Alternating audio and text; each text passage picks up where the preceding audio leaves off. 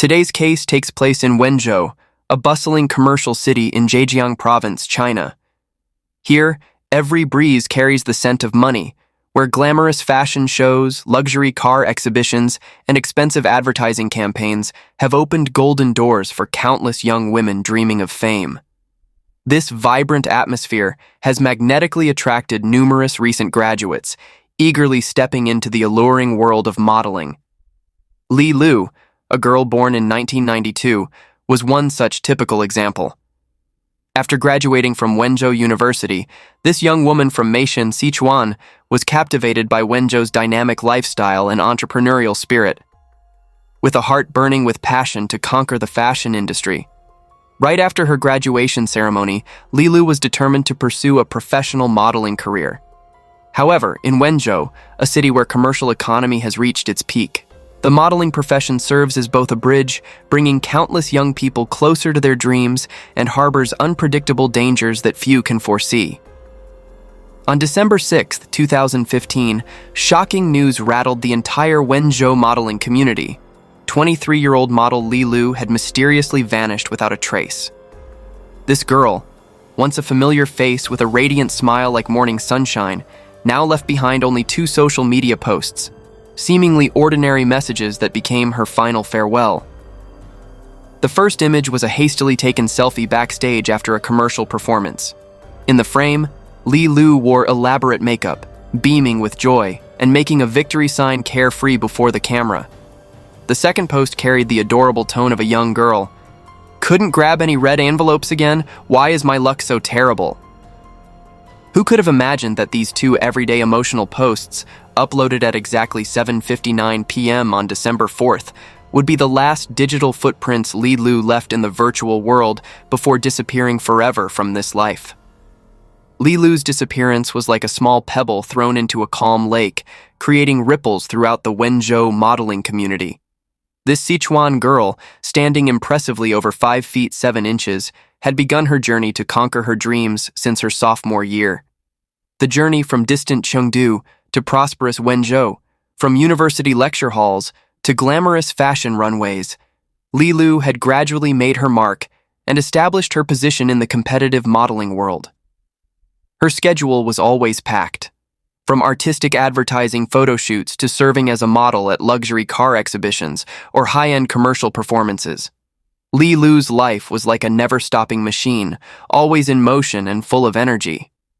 However, just when her career was on an upward trajectory, when the future seemed wide open ahead, she suddenly vanished into thin air, leaving everyone stunned.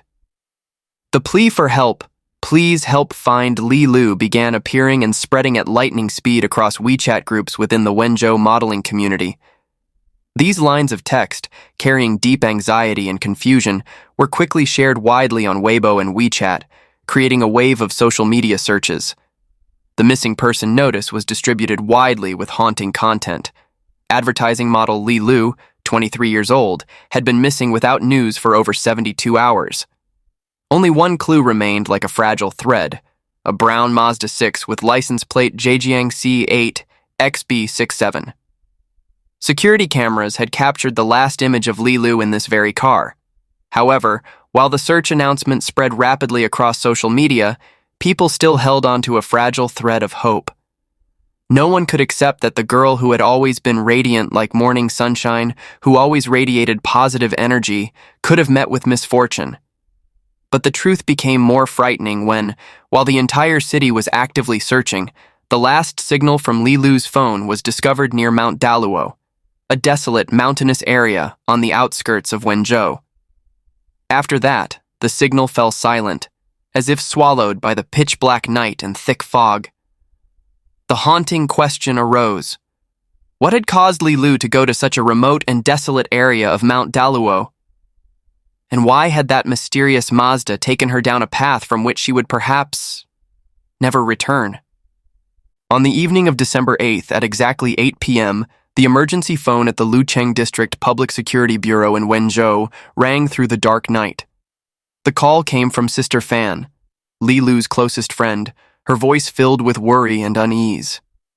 "Li Lu," Sister Fan choked up as she spoke. After she finished her commercial performance on the afternoon of the 6th, She just disappeared. Early that morning, we were still talking on the phone. Li Lu said she had just finished work and was preparing to go home to rest. But from that moment on, no matter how many times I called, her phone couldn't connect anymore. Recognizing the serious nature of the case, the public security authorities immediately activated procedures for investigating major crimes. In the dark of night, a specialized task force from the Criminal Investigation Division was urgently established with the mobilization of the most experienced investigators. Through meticulous interviews with Li Lu's colleagues and close friends, a crucial clue gradually emerged like a ray of light in the darkness. The last person to pick up Li Lu was Chen Guangqi, her ex-boyfriend. Guangqi, a 26-year-old man who made a living driving an illegal taxi through the streets of Wenzhou. Notably, the car he used was a brown Mazda 6 with license plate Zhejiang C8XB67, completely matching the information in the search file. Immediately, the public security authorities put his name at the top of the list of suspects to be closely monitored. Early morning on December 9th, when the investigation team conducted a sweep of surveillance camera systems at all city entry and exit points, a shocking discovery emerged. Traces of Guangqi's car were recorded in the Chashan area of Wuhai district in the early morning hours of December 7th. Particularly, the car's subsequent direction of travel was straight toward the Mount Daluo mountain range. This information struck like lightning from a clear sky, causing all investigating officers present in the meeting room to be startled. Because everyone knew that Mount Daluo was an area with treacherous terrain, winding roads, and sparse population, this place had long been considered an ideal paradise for those wanting to hide after committing crimes, where even large-scale manhunts encountered considerable difficulties. At 2 p.m. in the afternoon, after many hours of tense searching, the police force finally discovered the brown Mazda hidden at a deserted curve near the Tanping area. The moment police officers opened the trunk, a thick, putrid stench suddenly hit their noses, causing everyone to step back. A horrifying scene appeared before their eyes. Li Lu's body had been curled up and stuffed tightly into the cramped space of the trunk. A preliminary autopsy by the coroner revealed a heartbreaking truth. The victim's chest area had 3 deep wounds caused by a sharp object, each of which could be considered fatal. According to the forensic expert's estimate, Li Lu's time of death was approximately 48 hours earlier. Immediately, the task force issued orders to deploy a large-scale manhunt operation. 3 combat groups were formed consisting of criminal investigation officers, special police forces, and neighborhood police, working closely with K9 units and drone systems to conduct a comprehensive search and containment operation. Through analysis of surveillance cameras in the area, the tracking team discovered that Guangqi had appeared at a convenience store in Xinmin village at 3 p.m. to buy food. At exactly 4:20 p.m., when the man with a disheveled appearance covered in mud and dirt, with confused and deranged eyes, stumbled out of the dense forest. He was immediately controlled quickly and decisively by the special police team that had been lying in ambush. What was shocking was that when arrested, Guangqi still had blood-soaked gauze wrapped around his wrists, half a bottle of sleeping pills in his pants pocket, and was constantly muttering, "She shouldn't have betrayed me," like a person who had lost his mind. This seemingly simple arrest scene gradually unveiled a haunting tale of criminal love that made witnesses shudder. When the case was widely publicized, public opinion couldn't help but buzz with discussion. The question arose, why could a strange romance between a university student model with a bright future and an illegal taxi driver from the working class lead to such a tragic ending? The story begins when time rewinds to April 17, 2014. It was an ordinary afternoon, when the golden sunset was gradually descending on the bustling streets of Yiwu. Li Lu, then just 22 years old, had just finished a commercial performance at a 4S car dealership. She stood on the sidewalk in high heels, looking somewhat worried as she waited for a taxi. At that exact moment, a somewhat worn Mazda rolled up and stopped right in front of her. The window slowly rolled down, revealing a young face with a smile that seemed to try to appear friendly. "Are you going to Wenzhou? I happen to be heading that way too, I can give you a ride." This driver was Guangqi, He wore a somewhat loose black jacket and had a habit of unconsciously touching his ear when talking. Lilu instinctively felt somewhat cautious, but when her ears caught the familiar melody of If Without You playing from inside the car, her tense expression was gradually replaced by comfort. "You like Karen Mok too?" Lilu asked naturally, her tone having shed some of its initial wariness. And so began what seemed like a chance encounter. Throughout the journey, the two conversed very harmoniously. Guanqi appeared quite perceptive when he quickly guessed that Lilu was from Sichuan, and he cleverly mentioned Wenzhou's specialty snacks to close the distance between them. Although Lilu politely declined his invitation to dinner, this encounter left such a deep impression on Guanqi that it was etched in his bones. That night, he even tossed and turned sleeplessly because he couldn't stop thinking about her. During interrogation with the public security authorities, Guanqi confessed an astonishing truth. "That day, I basically had no business in Yiwu to drive for. I went there completely just to wait for her." The truth was that 3 days earlier, he had accidentally seen information about Lilu's commercial performance online. To create this chance encounter, he had deliberately put on a brand new shirt and even set If Without You to play on repeat on his phone throughout the afternoon, just waiting for the right moment. In the following 2 months, Guanqi began pursuing Lilu with an almost obsessive determination. He found every way to gather information about her performance schedule, then made meticulous plans for seemingly natural chance encounters. His most extreme action was lying in wait for 3 consecutive hours in front of a shopping center on the outskirts of Wenzhou, simply to wait for the moment Lilu finished her performance so he could appear by chance and offer to drive her home with the excuse of going the same way. Once, when he learned that Lilu would participate in an event 18+ miles from Wenzhou, Guanqi didn't hesitate to travel there hours early to wait. As soon as the performance ended, he once again unexpectedly appeared and quickly invited Lilu and her group of friends to go eat and drink. This particular interaction became an important turning point, helping the relationship between the two develop at breakneck speed. And finally, after persistent efforts, Guanqi succeeded in winning Lilu's heart. After the Chinese New Year holiday in 2015, Lilu finally opened her heart to accept Guanqi's feelings. However, from the very first days, this romance carried within it the seeds of hidden crisis. Throughout their dating period, Guanqi made every effort to maintain a perfect image in Lilu's eyes. He was even willing to borrow money and participate in gambling, just to have enough money to feed his vanity and demonstrate generosity. In his sincere confession to the investigating authorities, Guanqi admitted a painful truth. "I knew she looked down on me." To keep his girlfriend and maintain this fragile relationship, he had to borrow tens of thousands of yuan through online lending apps, then use that money to buy expensive handbags and jewelry to give to Lilu. Even more worrying, Guanqi gradually fell into the path of gambling, with the delusion that one day he would hit it big and become wealthy overnight, thus truly becoming worthy of his beautiful model girlfriend. In April 2015, when Lilu's mother came from their hometown to Wenzhou to visit her daughter, Guanqi proactively took on the role of host. He thought this was a sign that he had been accepted and recognized by Lilu's family, so he was very attentive in his care, providing thoughtful transportation. However, when questioned by investigating authorities, Lilu's mother revealed that her daughter had never confided about this romantic relationship, but had only simply introduced Guanqi as an ordinary friend, an acquaintance who was a driver. July 2015 marked an important turning point when Lilu officially graduated from Wenzhou University. Along with her university degree, her modeling career also entered a brilliant new chapter. From a once shy student, Lilu had transformed into a talented model actively sought after by numerous prestigious brands. Fashion runways for luxury brands, world-class supercar launches, or high-end commercial events all had Lilu's name on their VIP guest lists.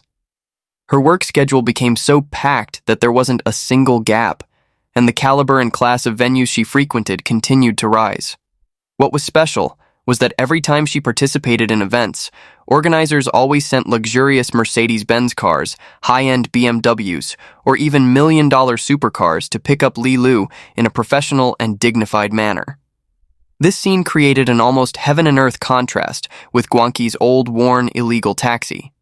This growing gap gradually shook Guanqi's psychology and caused him to lose his inner balance.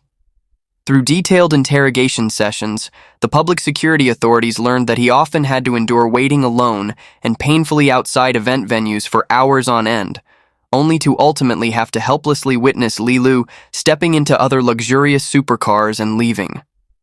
During those long nights, rage and inferiority complex completely consumed the young man's rationality. Guanqi often bought strong liquor to sip alone in his darkroom, and in his drunken stupor, he continuously sent messages to Li Lu to vent all the frustration and dissatisfaction accumulating in his heart. Sensing this negative change, Li Lu began consciously avoiding meetings with Guanqi. Sometimes she even deliberately provided false information about performance locations to escape his surveillance.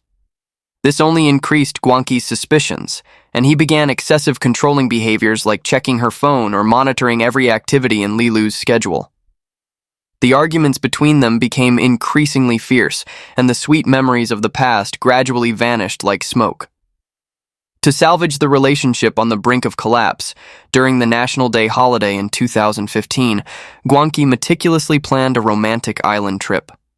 Under the clear blue sky and vast ocean, he had prepared fresh flowers and meaningful gifts, but received only increasingly obvious coldness and distance from Li Lu. This trip not only failed to mend the crack in their relationship, but made Li Lu even more determined to end everything. At the end of October, at a quiet cafe in Wenzhou, Li Lu looked straight into Guanqi's eyes and said clearly, word by word, "We were never really boyfriend and girlfriend from beginning to end." These words were like sharp knives, completely piercing the last hope that Guanqi had been clinging to. He suddenly stood up, and right in front of everyone in the cafe, his hand swung hard, delivering a hate-filled slap to Li Lu's face. The sound of the slap rang out crisply in the space, causing the entire cafe to suddenly fall into terrifying silence. That moment of violence was the final straw, marking the complete collapse of their relationship. After the painful breakup, Guanqi fell into an almost insane state of obsession. On a cold November rainy night, he secretly hid in a dark alley opposite Li Lu's workplace, lurking like a predator. The scene he witnessed was like a knife stabbed straight into his heart. Li Lu, with a radiant smile, was stepping into a brand new, luxurious BMW 7 Series. What completely broke Guanqi was the image of a middle-aged man in an elegant suit sitting in the car, with caring and natural gestures helping Li Lu adjust her hair.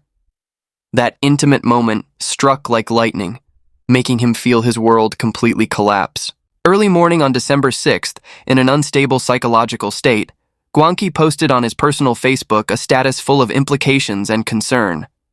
Some people who don't know how to cherish when they're alive shouldn't hope to escape forever. And just a few hours later, that same afternoon, he began executing a carefully calculated plan for the final chance encounter. On the afternoon of December 6th, after 5 p.m., after Li Lu finished performing in Yueqing, Guanqi used the excuse of going the same way to convince Li Lu and a friend named Zhou Yuanyuan to get in his car. Throughout the first part of the journey toward the city center, the atmosphere in the car remained relatively normal. When they reached the familiar location, Yuanyuan got out and went home as usual. But immediately after, a terrifying incident occurred. Guanqi suddenly pressed the central lock button for all car doors, then floored the gas pedal, heading straight toward the Ojai Economic Development Zone. Yuanyuan, who had just gotten out of the car minutes earlier, could never have known that her friend, who was still sleeping soundly in the car at that moment, had been led down the path to death. As night gradually fell, this tragedy entered its darkest phase. At 8:50 p.m., Guanqi booked a room at a budget hotel in the Ojai Economic Development Zone. He forced Li Lu to enter the room with him.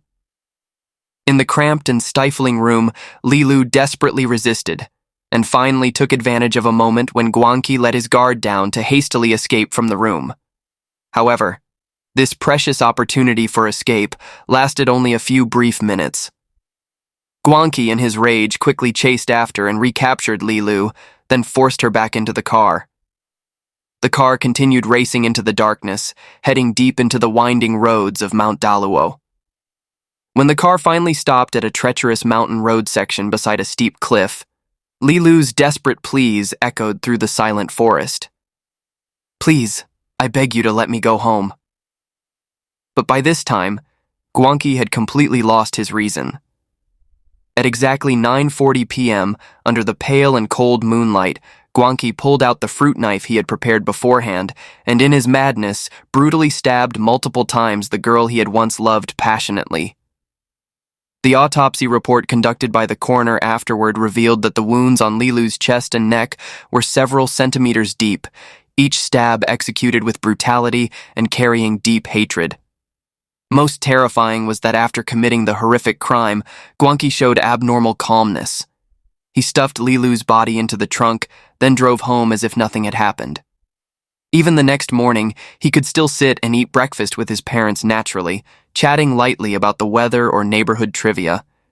The extreme contrast between the brutal behavior of the night before and the normal attitude of acting as if nothing happened the next day was the most frightening aspect of this entire case.